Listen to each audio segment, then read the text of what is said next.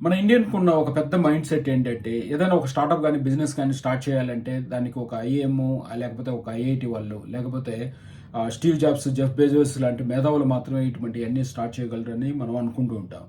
అయితే ఇక్కడ ఒక ఎగ్జాంపుల్ చెప్తాను. స్టీవ్ జాబ్స్, జెఫ్ బెజోస్ లాంటి వాళ్ళు అడ్వైజరీ బోర్డులో ఉన్న ఒక సెగ్వే అంటే ఒక 2 వీలర్ బ్యాలెన్సింగ్ వెహికల్ని వాళ్ళు తయారు చేశారు. అంటే ఒక $70 మిలియన్ ఇన్వెస్ట్మెంట్ తోటి ఒక పెద్ద యూనిట్ని సెట్ చేసి ఒక $2 మిలియన్ 2 మిలియన్ యూనిట్స్ వాళ్ళు అమ్మాలనుకున్నారు. అంటే ఒక 20 lakh వెహికల్స్ని అమ్మాలనుకున్నారు.